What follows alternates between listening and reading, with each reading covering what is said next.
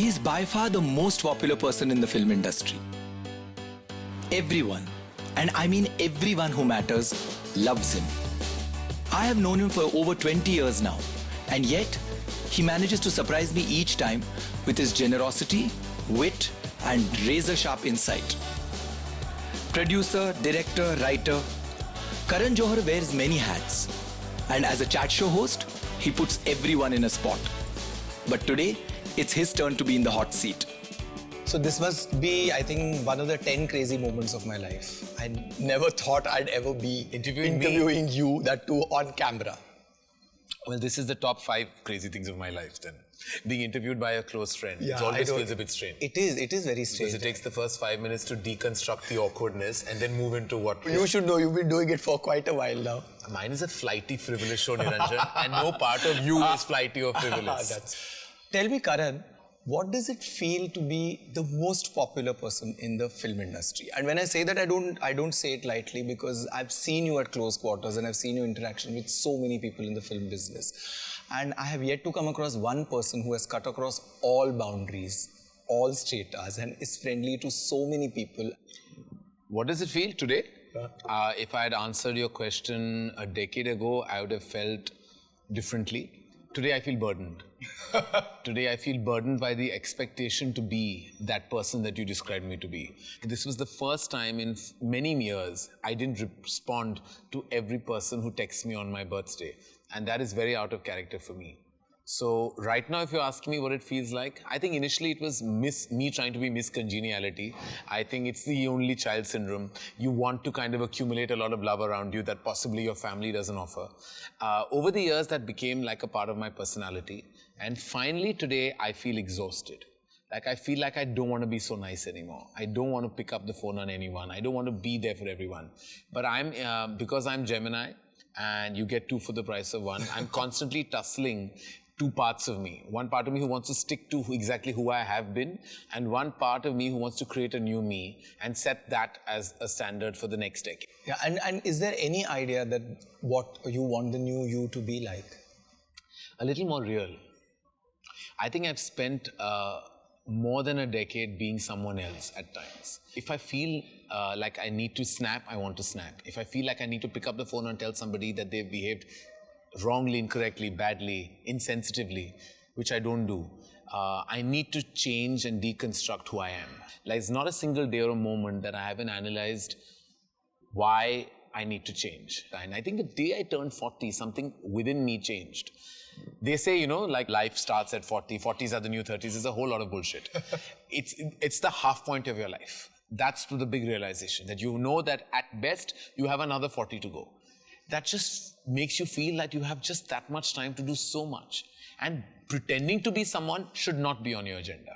I have lied through my teeth at times, fake praise, brushing an issue under the carpet, sometimes acknowledging somebody's brilliance but actually feeling quite envious of it, but not projecting envy, but trying to project a large-heartedness or magnanimity. A lot of projection has definitely been a part of my personality. I'm somebody who will go out there and praise everybody. But I've realized at times that no one praises you back. I have stood there, praised filmmakers, actors, and then stood silently for them to say one thing nice that they might find in my filmography. And nobody, invariably, I'm kind of surprised and shocked at times that they don't say a thing back. So I realized that the level of self-elevation and self-importance in this industry is at an all-time high always. I had a very big filmmaker once who was upset with me because I hadn't picked up the phone and told him that I hadn't liked 2 or 3 of his movies, which I hadn't. They were terrible movies. But I told him and I said, with all due respect, you've never called me in your entire life to tell me one thing about my movie, but you still expected me to pick up the phone and praise every film you've ever made. That is the general ethos of this industry. But does this need to be generous, to be magnanimous, to praise other people come out of your need to be loved? Yes. Initially it was like, I'll praise them and they'll love me and they will think I'm a great human being. And it worked for a while. Yeah, I did, but I don't need that sense of validation anymore. anymore. And did success make a difference in this feeling? To me, when you use the word success at one decade of my life, the 20s and even in my 30s, it was like the be-all and end-all of my existence. Nothing else mattered. Not quality, not integrity, not even creative thought. It was just the final result, box office. I mean, you've been there when I thought my film was going to fail. I know, Kabhi Khushi. When Kabhi Khushi, when I read a trade analyst's review and he said your film is on its way to being a disaster and distributors will be unhappy and your producer will lose and entail heavy losses. The first person who called me was you and I was weeping on the phone. Yeah, I know. And That's I think one of the 2 times that I've seen you cry. And I was weeping because for me, I forgot that I had made a quality film. I just said if it fails, it's a bad film. And that is something that I don't want to feel anymore. And I realized then how stupid and immature things can be and things can get to in this industry. One of the most amazing things about you, and I've asked you this several times, is that you don't read, you don't listen to music, you're not particularly fond of world cinema. I've never seen you discuss a film. You never discuss any director's work internationally or nationally. So where do ideas come? How do you nurture yourself? It's so wonderful that you made me sound like Paris Hilton in one sweeping statement right now. To the world now knows that I'm this ditzy, dumb Barbie doll that just got lucky and has destiny and lineage to thank. I'm actually curious to know what is it that makes you tick as a filmmaker? I don't. I could sound cerebral with that answer, which I refuse to, because I'll get caught with you. What do I say? I think I'm a keen observer. And I think I watch life very carefully. And I think somehow my understanding of the human behavior walks its way into writing. Plus my obsession for Hindi cinema. But there has a reserve that runs out, right? So then you have to tap into nurturing, which I need to do, but I can't bring myself to read a book. I'm too restless. I can't bring myself to constantly watch movies. Again, my mind wanders. Travel and getting out of the city is my biggest therapy. Like when I travel and walk the city and watch strangers operate and I sit at coffee shops and stare at people, and I think that has been my biggest nurturing. So how does the story change then? It may not. Might be eventually I'll be a limited filmmaker that will have run dry. And that doesn't frighten you? No. Nothing frightens me anymore, Niranjan, not even death. Very honestly. Wow, death shouldn't frighten you at all. Losing a loved one does, but not my own. Nothing really frightens me. I'm not afraid. Fear is not something that I have. I used to fear failure. That too, I think, as I said, that's also diminished with years. I'm not afraid. In fact, the only thing I think that gets me worried is dying alone, aging alone, not having like family to lean on when I'm possibly physically invalid, which will happen to all of us. That's my biggest fear in life, is loneliness. And what do you do when you feel lonely? Nothing. Go on to the next film or force yourself into a conversation or distract yourself into work again. What do you do? I am not indulgent by nature at all. I will not indulge my depression or my sense of loneliness because it's not proactive and productive. To me, I think festering in your emptiness and loneliness is a humongous waste of time, which I refuse to do. And if I've lost myself in that, so be it. So how do you plan to combat it? Because obviously, I mean, from the I thought about getting a dog or a child. Those are my 2 options. Not in that order necessarily. It sounds retarded, but it's true. I've given these 2 things. Yes, you've been discussing it for a while and we've been trying to discourage you You've been trying to discourage me from a child, and a dog no one is somehow encouraging me either with. So those are my 2 options, dog and a child. But do you really think that's going to help you, Karan? I mean, how do you deal with loneliness? It will. I think that, not that I'm equating the 2, but I think what I need is an extension of myself to invest in, which is not professional. I think that's what I need, because I don't have a relationship. I'm not falling in love. No one's falling in love with me. Or I'm not finding the right person to settle down with or get into a long-term relationship with. In the absence of that, the next best thing is your own genetic pool. So that's where I got the idea of having a child. All else fails and that doesn't work out, then there's always a dog to lean on. Stay tuned for more action on Medimix Ayurvedic Face Wash presents Look Who's Talking, powered by Cera.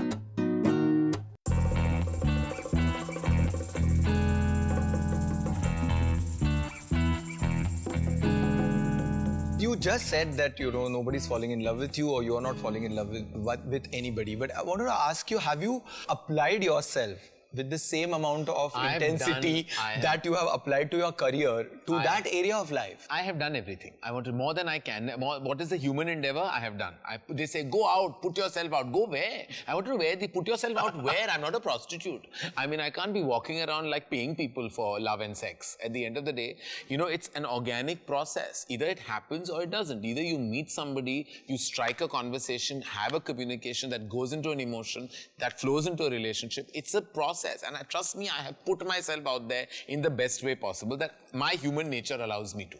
It's not happening, Niranjan. I've done everything. I've traveled. They say travel. The proverbial like they. Your dad used to always say, ye they hai Ye kaun hai ye they? Who are these they who say they travel, you'll meet somebody? I waited in lounges and aircrafts that somebody like completely that'll blow my mind away, if not anything else, will walk in. It doesn't happen. Nobody walks into my life in the way I want them to. And then it doesn't translate into a relationship. I'm 42 years old and the God's honest truth is I've had 1 6-month relationship. That's it. Where I could say that, oh, like I'm in a relationship, I'm dating someone. That too, I think I enjoyed the idea of saying it more than I was with my heart in it. There was long distance Yeah, also. there was long distance. One solid relationship and nothing else. A lot of unrequited love. That happens to me a lot. You know, that I remember somebody said, oh, you capture heartbreak in your first film so well. I'm like, I've been there, I'm doing that.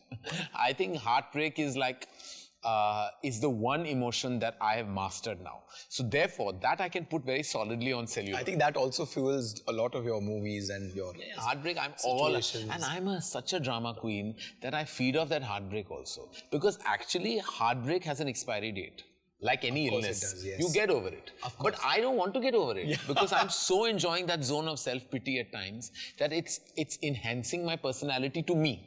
Like I'm loving this, like hearing, and I'm dramatic even in heartbreak. Like I'll listen to my favorite R.D. Burman song or I'll sing looking outside of the window like there's a camera approaching me.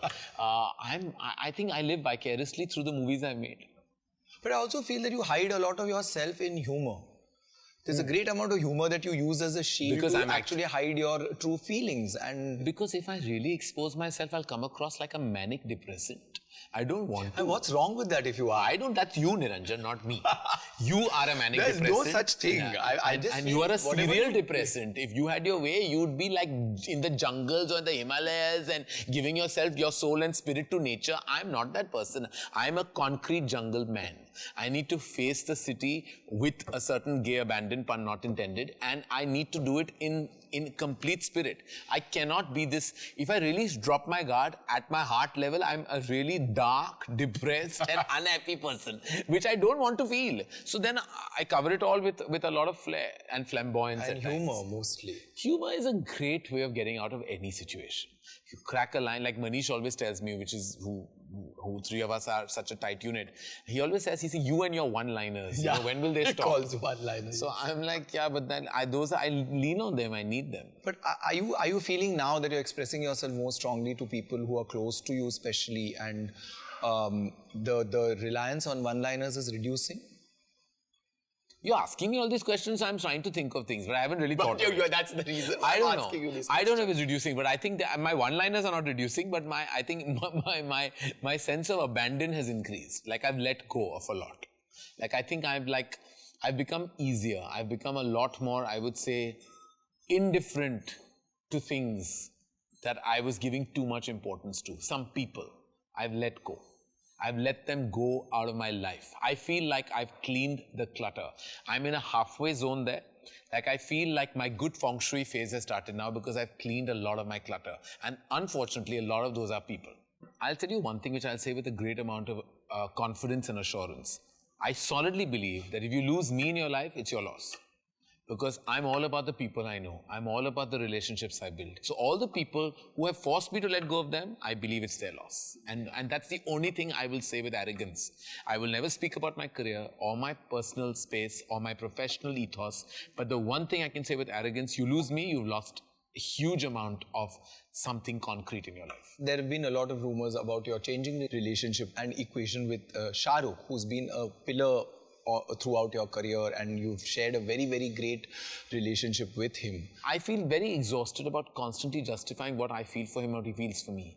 And I think the world has made this relationship go through too much turbulence. If it was left to just him and me, we would always be the force we were to reckon with. Unfortunately, other forces have come in and tried to dilute the impact of our force. And it's made sometimes things a bit awkward and uncomfortable. But at the end of the day, if he calls me today and asks me to drop my life and career for him, I would do it without a beep, without a thought. If he asked me to be there for him unconditionally for 1 month, 1 year, 10 years, I would do that unconditionally. And I think he would do the same for me. When I spoke about broken relationships, there are others that I've let go of. That I am happy I've let go of, but not Shah Rukh. He was somebody I will never let go of, and I will own emotionally for the rest of my life. These people that you just mentioned who have actually caused a lot of turbulence is mostly, I mean, the media.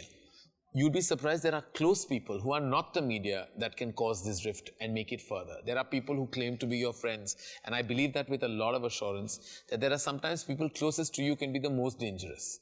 They can destroy things much more because there is some kind of a psychotic sense of happiness that people get in other people's distress. And I don't get it, I don't understand it, but when I talked about people creating the rift, I'm talking about inner circle friends.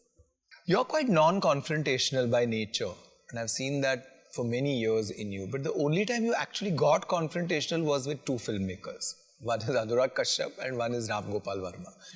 Look, with Ram Gopal Varma, it's like such a last season problem that, you know, he's something that I don't even, bichara, I mean, I don't want to talk about him anymore. With Anurag, it was a similar thing. He was angsty and he felt Adi and I were like the poster boys of bubblegum, and he was like the poster boy of depression. And there was a kind of a cultural function we had both attended where I was the only one who was sticking out like a sore thumb, because all of Aram Nagar or wherever like those angsty people live in, you know, who make those kind of angsty, depressing, dark, devastated cinema, were all in that room. So it was like Prada walked into Fab India, and everybody would turn around, gave that dramatic look like what is he doing here? He makes shit films and we make path-breaking cinema. And Anurag, being the poster child of that movement, came right in front of me and he's like, "Oh, you're here." And I was like, "Yeah." He's saying, "What should we do? Should we talk?" So I was like, "No, at a juncture like this, we should hug." So we hugged each other and I was like, "You know, it doesn't matter what you think of me. I think Black Friday was a great film." That was it.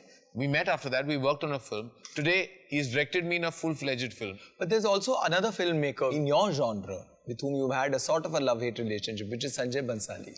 I have an indifferent relationship with Sanjay Bansali. It used to be love and appreciation, but over a period of time, I think his expectation of me was not something that I was matching up to. And today, I just think he's gone into a space of negativity and darkness. And I'm sorry, I have no space, because I'm all about light and sunshine. He's, according to me, an immensely talented man, but I just don't want to deal with him anymore. It's as simple as that. You're a jack of all trades, Karan. You've thanks. been a director. Meaning I'm a master of none. No, that's not true. I love the way you actually, in your own way, have just completely criticized me on the show. Director, designer, talk show host, dance show judge, and now even an actor. Where does all this enthusiasm come from? I like it. I'm unabashedly and unapologetically excited to be in the movie business and the show business. I get really afraid when I see people who are who've lost the sheen and are relegated to nostalgia, and I look at them with a lot of fear. That I don't want to be famous but be alone. I will be that book on a shelf, and I will be that anecdote or article in an archive. I get very scared of being a memory. And that's why you asked me why I adapt. I adapt because I want to be here as long as I can be. So, if you want to hang out with youngsters to feel young, then so be it. If you want to change your mode of cinema, if you want to kind of change your way of functioning to adapt with the times, then of course I want. What about your strong views and opinions that may not change with the changing times? No, my views change. I adapt very easily. And that doesn't frighten you that you'd be not known as any one kind of a person, and that as long as I'm in the thick of things at all times, I am not at all bothered about what my views are and what my thoughts are, and they can all change. I'm not carving anything in stone because I've realized there's no point. I'm not an activist. I'm a celebrity. And there's a big difference between the two. So are you saying that celebrities don't need to have a strong opinion on anything? Even if they do, they're very malleable and ductile. Go down the archives of any movie celebrity. What they have said 10 years later and what they've done 10 years later are totally different things. So I don't want to kind of hold anything. I don't want to hold myself to ransom. Why should I make a sweeping statement? You, in your research, you told me that apparently I said that kill me the next time I make a dancing, singing film. And I did just that. That's what celebrities are all about. You did try to shift gears because Yeah, you but did then I make got My bored. Name is Khan. But then I got and bored, you no? didn't make- I came back to the most popcorny type of film, Student of the Year. At the end of the day, I mean, I changed my ethos, right? I changed my way of thinking. And most celebrities are like that. Who really says what they believe? Oh, you don't think anybody says what they believe? Not You in this don't? zone. I mean, I don't definitely. I talk nonsense half the time.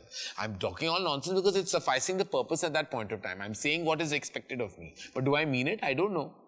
Today, possibly, I'm saying a lot more honest things because it's you. But if you were Barkha Dutt, I would not be saying this. Why would I?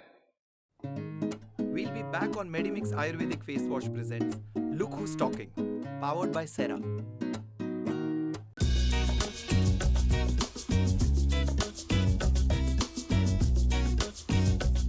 So you've been known as the king of romance or love, the way you projected in your earlier films. What has changed about love in your own head? My cinematic approach to love is a definite reflection of my internal thought. And my thought is a bit cynical about like immortal love. Because while I believe I have the capacity to love eternally and forever, I'm not sure that the world is ready for that emotion anymore. Even within the film industry, we see so many relationships that are breaking and being made. Within the film that industry, reason? everywhere in the world. I mean, you know, But there are also people who have managed to survive infidelity. There are lots of couples who have survived a lot of stuff. No one is surviving. And managed. No one is surviving. No one is surviving. The ones who are surviving it don't have opportunities. If they're living in Leh or Ladakh where they don't meet people at all, then they are faithful to each other. In a concrete jungle where there's opportunity, there's infidelity. It's as simple as that. I think things have just changed. Yeah, you have changed quite a bit because I think there is a definite cynicism that has crept into you about relationships. I have not yet witnessed one complete happy, and if I feel a couple are completely in sync with each other, completely in love and are displaying PDA at every given point of time, there's definitely one of them is gay or one of them is just not functional. I don't know. I don't know. I look at it with a lot of like doubt and like worry at times. So Karan, OLX.in is a site on which you can sell anything that you wish for. So we are giving our viewers a chance to own something that you owned before. What have you got for us? Perspective. Apart from that, something material. Oh, okay. You're so material, Niranjan. Well, I got you this jacket, which is one of my favorite jackets. I wore this on the opening episode of my show, which was in conversation with Salman.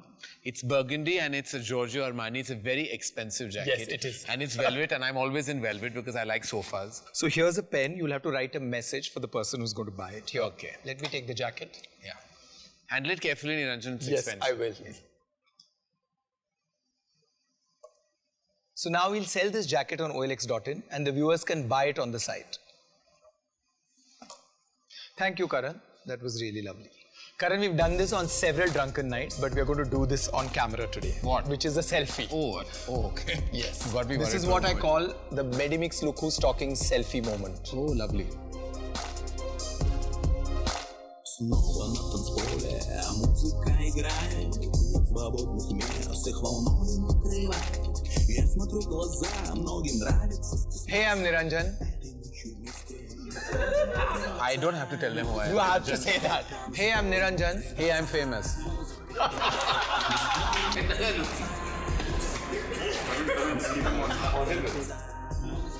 This pen doesn't work. Of course it does. Is this also? Don't put this on that Shut up. OLX. It doesn't work, but It's working. how? It doesn't work. This is for putting up with all my torture. How original. That's lovely. Yeah. Oh, shut up.